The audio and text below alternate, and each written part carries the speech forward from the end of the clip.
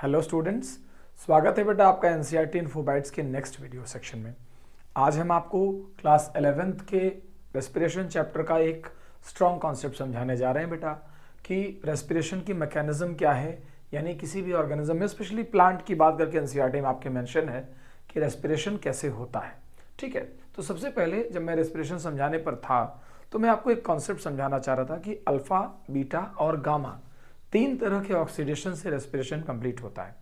आइए ज़रा एक बार हम लोग ऑन बोर्ड इस बात को समझने की कोशिश करें। जैसे मान लीजिए कि किसी इंडिविजुअल ने सबसे पहले कार्बोहाइड्रेट को as a preferable food source consume किया, तो जब कार्बोहाइड्रेट जनरली ब्रेक डाउन होता है तो इंडिविजुअल में ग्लूकोज का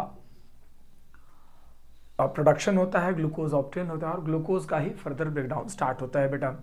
अब आप जानते हैं कि ग्लूकोज से एक प्रोसेस आगे कंटिन्यू होती है जो आगे चल करके ग्लूकोज से 2 पायरुविक एसिड का फॉर्मेशन करती है।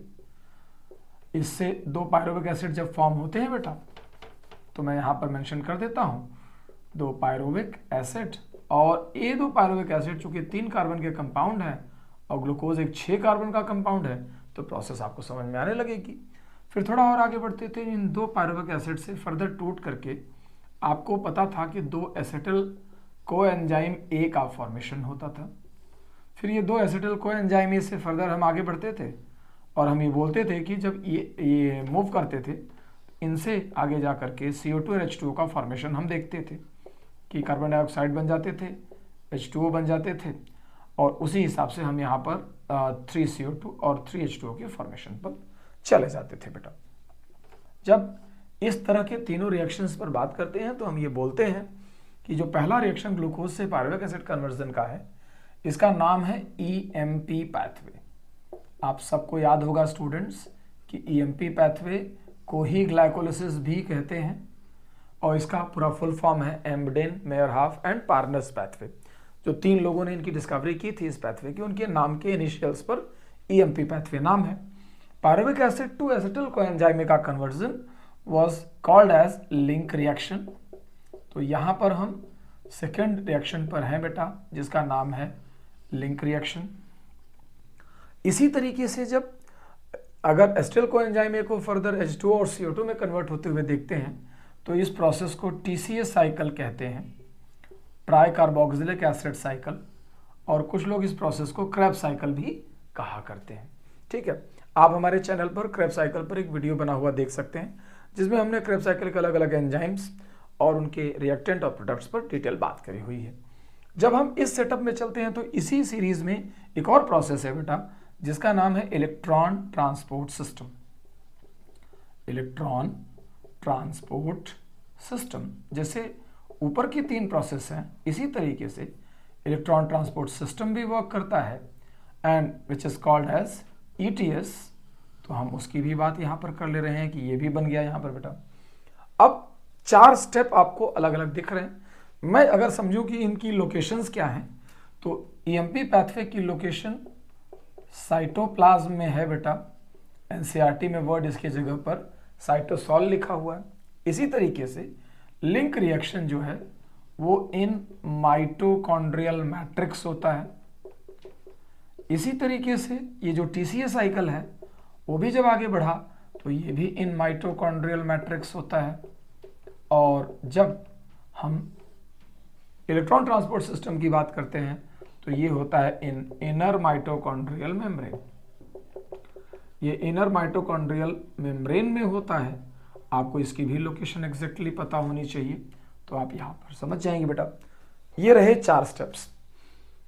इसी तरीके से जब हम इन सभी स्टेप्स के आउटपुट पर बात करते हैं तो ये कहा जाता है कि EMP पैथवे पहला ब्रेकडाउन पैथवे है जिसमें ग्लूकोज का इनकम्प्लीट ब्रेकडाउन होता है, और इस स्टेप पर हमें यहाँ पर 2 ATP, जबकि पैरेलली यहाँ पर 2 मॉलिक्यूल NADH2 नेट प्रोडक्ट के फॉर्म में हमें अवेलेबल होते हैं।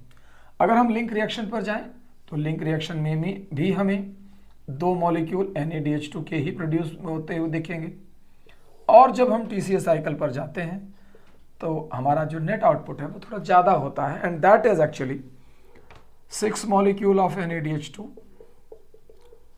2 मॉलिक्यूल ऑफ FADH2, यहाँ मैंने 2 मॉलिक्यूल लिखा, यहाँ FADH2 मेंशन किया, एंड 2 मॉलिक्यूल ऑफ GTP और ATP। प्लांट्स में GTP बनता है बेटा, और एनिमल्स में इसकी जगह पर ATP का फॉर्मेशन होता है। तो आपको आउटपुट भी पता चल गए। अब आप ये समझिए कि ये सभी NADH2 और FADH2 डायरेक्ट ATP के फॉर्म में कन्वर्ट नहीं है, इन्हें पहले कन्वर्ट करना पड़ेगा हमें ETS में ले जाकर। तो मैंने यहाँ से बोला कि ये 2 NADH2 ETS में चले गए, फिर ये 2 NADH2 भी ETS में चले गए, फिर ये 6 NADH2 ETS में चले गए, फिर ये 2 FADH2 भी ETS में चले गए। अब इस प्रोसेस को समझने के लिए आपको ऐसे याद रखना पड़ेगा चीज़ों को कि जहाँ 2 NADH2 की हम बात करते हैं बेटा, वहाँ हम 6 ATP की बात करते हैं, फिर 2 NADH2 again 6 ATP, 6 NADH2 18 ATP, 2 FADH2 4 ATP, and यहाँ 2 GTP और वहाँ पर ऊपर 2 ATP दिख ही रहे हैं। तो कुल मिलाकर के अगर आप इन सभी नंबर्स को जो मैंने सर्कल में लिखे हुए हैं इनको गिन लें तो 6 and 6 equals 12, 18 and 12 30, and 4 is equal to 34. So via ETS there will be formation of 34 ATP from this NADH2 and FADH2, and these 4 ATP, 2 in EMP pathway and 2 in TCA cycle, produced additionally 4 ATP produced additionally. So जब भी कोई बोलेगा बेटा तो आप 34 ATP को बोलेंगे कि they formed via ETS, और 4 ATP को बोलेंगे कि they formed via SLP, substrate level phosphorylation के थ्रू ये यहाँ पर प्रोड्यूस होते हैं, और इस तरीके से ये कहानी आगे की ओर चलती है। जब हम इस डिस्कशन में अभी तक बात कर रहे हैं तो केवल और केवल कार्बोहाइड्रेट के टूटने की बात कर रहे हैं, जिसके ऑक्सीडेशन को अल्फा ऑक्सीडेशन कहते हैं। यहाँ मैं आपकी समझ के लिए वर्ड मेंशन कर दे रहा हूँ, alpha oxidation. What if some individual eaten fatty acid और फैट, तो फिर क्या चीज़ें होंगी। जैसे मान लीजिए कि मैंने फैट की यूनिट के बारे में बात करी और मैंने कहा कि किसी ने फैटी एसिड को एज अ फूड खाया, तो जब फैटी एसिड टूटेगा तो 2 चीज़ों में बनेगा बेटा।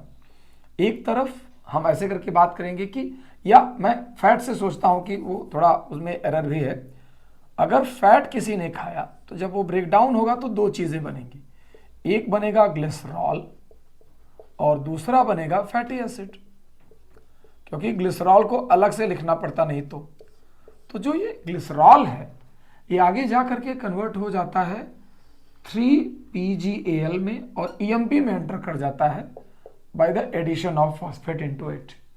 और जो ये फैटी एसिड है ये फर्दर ब्रेक डाउन करके बन जाता है एसिटिल कोएंजाइम A, और ये एसिटिल कोएंजाइम में आप देख रहे हैं कि यहां से सीधा जाते हुए एंटर करता है यहां पर।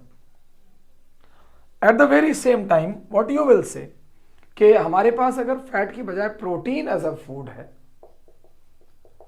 तो प्रोटीन टूट करके अमाइनो एसिड्स में कन्वर्ट होता है बेटा। आपने हो सकता है इस बात पर बहुत अच्छे से ध्यान दिया हो कि अमाइनो एसिड्स के अलग अलग स्ट्रक्चर्स होते हैं, कभी ये सिंपल होते हैं, कभी ये कॉम्प्लिकेटेड होते हैं।